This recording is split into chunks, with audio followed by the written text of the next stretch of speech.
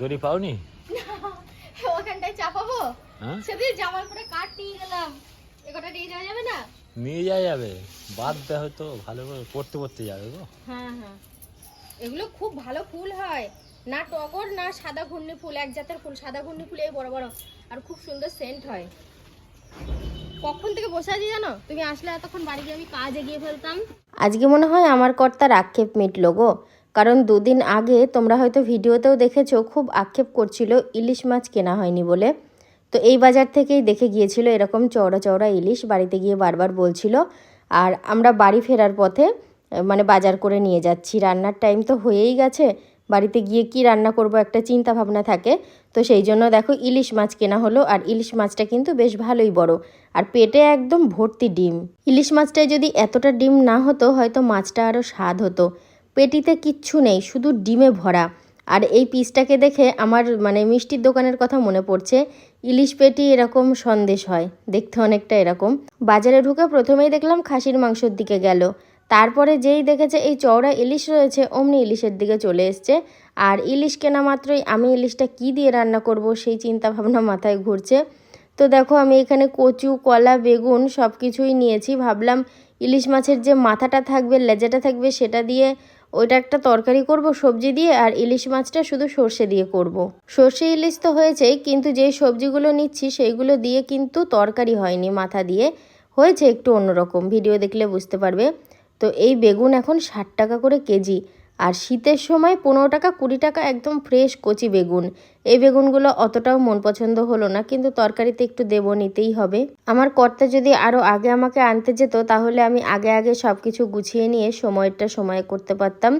তবুও সময়েরটা সময় হয়েছে, আমার তো একটু প্রস্তুতিটা বেশি। আলু কিন্তু আমার ঘরে আছে, কাঁচা লঙ্কা নিয়ে নিলাম। তবুও দেখো আমার আলুটা নিতে হবে অল্প করে হলেও। বাজারে আসলে আলু না কিনলে কি যেন একটা ফাঁকা ফাঁকা লাগে। তো মাকে ছোটোবেলায় দেখেছি ঘরে আলু ফুরিয়ে গেলে মানে বারবার বলতো আলু নেই, বাজারে যাব, মানে এরকম একটা ব্যাপার, আলু না থাকলে যেন ঘরে কি একটা নেই। বাজার টাজার করে আমাদের বাড়ি থেকে একদম বাড়িতে চলে আসলাম। এরপরে গুছিয়ে রান্না বান্না হবে। একটা বড় ইলিশ মাছ নেওয়া হয়েছে, ইলিশ মাছটা অনেকটাই বড়। আর বিছানাটা কি তুমি গুছিয়ে গেছিলে? আমি নাই, সইনি। ও যাই হোক, এবার আমি দেখি রান্না বান্নার ব্যবস্থা করি। কালো সর্ষে গেছে, কাঁচা লঙ্কা গেছে, এবার যাচ্ছে সাদা সর্ষে। ইলিশটা কাঁচাই হবে সর্ষে দিয়ে, তারা আর কটা দেবো, কাঁচা লঙ্কা দেবো, বেশ একটু ঝাল ঝাল হবে, ঝালে ঝাঁঝে পুরো একাকার। এই যে ইলিশ কড়াইতেই অর্ধেক রান্না হয়ে গেল, এই এখন দিয়ে দিচ্ছি, দিয়ে সিম করে ঢাকা দিয়ে বসিয়ে দেব। তার আগে আর একটা ছোট্ট কাজ আছে, কাজটা হলো কেউ খাক না খাক আমার জন্য 2-4টে লঙ্কা গোটা দেব, একটু ভাতে টিপে খেতে খেতে ভালো লাগবে। গোটা সমেতে দিই না, দাও, 4টে দিলাম। এই যে এবার এটা সে বসিয়ে এই ঢাকা দিয়ে দিলাম, হেভি টেস্ট হবে। এবার আমি ওই চচ্চড়ি করব, তরকারিটা আর করব না। এ দেখো মাছটাই পুরোটাই ডিম, একটু ডিম খুলে এসেছিল রেখে দিয়েছি। এই চাল কুমড়োর ডাটা সুন্দর কুটে রেখেছে, আর আমি একটু কচু, বেগুন, আলু, পেঁপে হাঁটা হাঁটা দিয়ে একটু বাড়িয়ে চচ্চড়ি করব এই মাথা আর ডিম দিয়ে। আর লাস্টে দেখো ভাতের হাঁড়িতে জল মানে জল নিয়ে রেখেছি, লাস্টে ভাতটা করব, কারণ ইলিশ মাছের সাথে গরম গরম ধোয়া ওঠা ভাতটাই ভালো লাগে, ওই জন্য ভাতটা লাস্টে করব।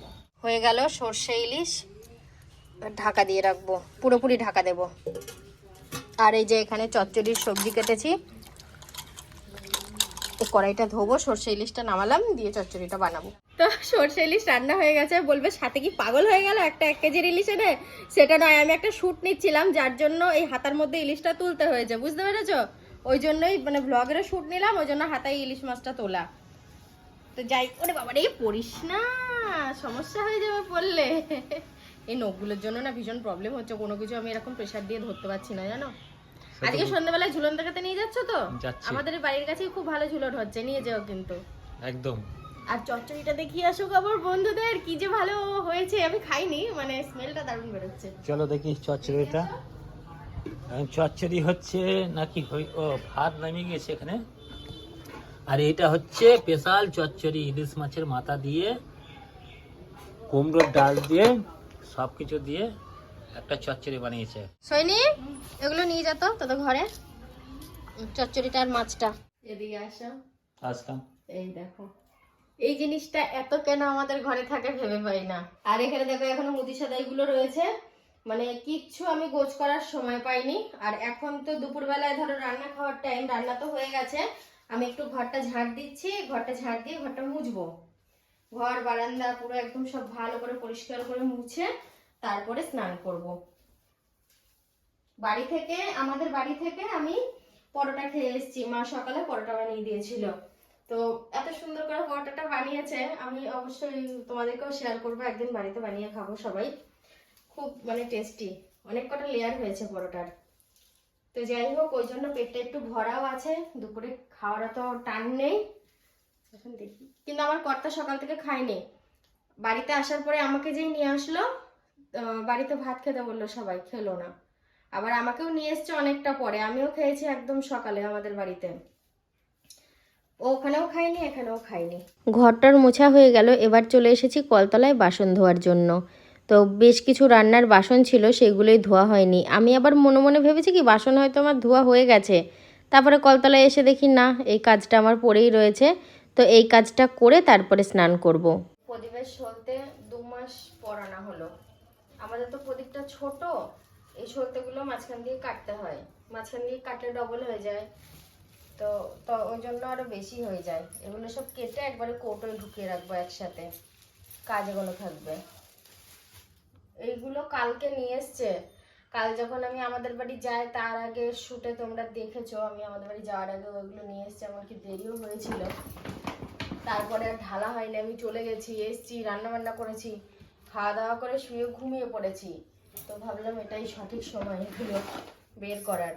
আমি একটু মিলিয়ে নিচ্ছি আমি যা যা লিখেছিলাম তাই তাই সঠিক দিয়েছে কিনা, কারণ আমার খাতা দেখতে হবে না, আমি যা লিখেছি আমার মনে থাকবে। 3, 6, 5, 6, 7, 8, 9, আর একটা সাবান করি। 10টা সাবান দিয়েছে। আমি সন্ধ্যে থেকে অনেক কাজ করলাম। এ দেখো, এই কাজটা আগিয়ে রাখলাম, ঠাকুরের বাসন ধোয়া মাজা।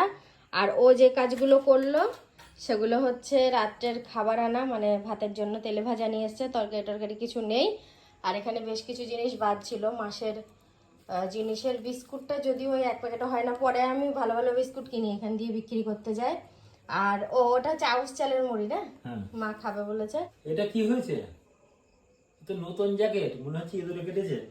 এইগুলো এরকম লেদার, এই ফেটে ফেটে যা গেছে দেখছি, 3 বছর হলো কেনা হয়েছে। লেদারের পকেটে টাকা নেই তো? দেখে নাও। থাকবে না? থাকবে না, তুমি যাবা বাবারে, তুমি রেখে দিবা পকেটে টাকা, তাইলেই হয়েছে। ও আমার উপর দিয়ে টিপে টিপে দেখা কমপ্লিট। তবে চেনগুলো ভালো আছে জানো, চেন তো ভালো থাকবে। চেনগুলো খুলে অন্য কিছুতে লাগাতে পারবা। না, অনেক সময় অনেক কিছুর চেন কেটে যায়, তাও হয়, তাই না? তুমি ওর নেড়ো না তো, আমি এখনই ঝাড় দিয়ে বসে গেলাম, গুঁড়ো গুঁড়ো পড়ছে। বাইরে ফেল করে দিই। হ্যাঁ, আলমারিতে গুঁড়ো গুঁড়ো হয়ে যাচ্ছিল বলে আমি ওটা বের করে ফেলেছি। চপটা কেমন? চপটা তুমি অর্ধেক, আমি অর্ধেক খাই না, তুমি অর্ধেক নাও। 10টা আছে অবশ্য। আজকে তো আমাদের সবার লাক ভালো ছিল, বাপির ফার্স্ট প্রাইজ 1 কোটি 1 লাখ, অল্প একটুর জন্য। সত্যি তাই, বাপি টিকিটটা কেটেছিল, টিকিটে কয়েকটা নাম্বার ডিফারেন্স, কিন্তু ওই বই 1 কোটি টাকা সব মিলে গিয়েছে। শুধু কত 84 না কত কেটেছে? হ্যাঁ, 74-84-তে গন্ডগোল হয়েছে। হ্যাঁ, যাই হোক, এখন যদি হয়ে যেত এটা বিরাট সেলিব্রেশন বাড়িতে, বাড়িতে একটা উৎসব চলতো, খুব ভালো হবে। তাহলে তুমি এখন চপটা খেতে খেতে যাও, আর কি হবে। আমি এখন এই রাতেই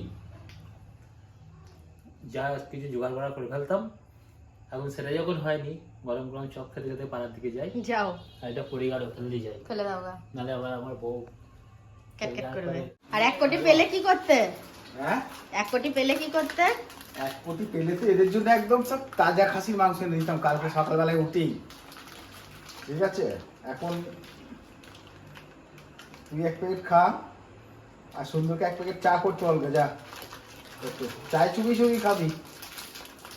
soft biscuit, Britannia thin arrowroot.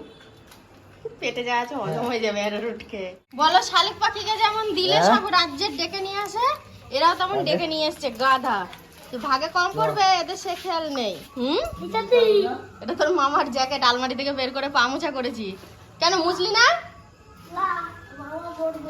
বলছে মামা বকবে এটাই পা মুছলে। আমি এই টাইমে ঘরে বসে কি করি সেটা প্রকাশবাবুও জানে। ফোনে আমি কি করি,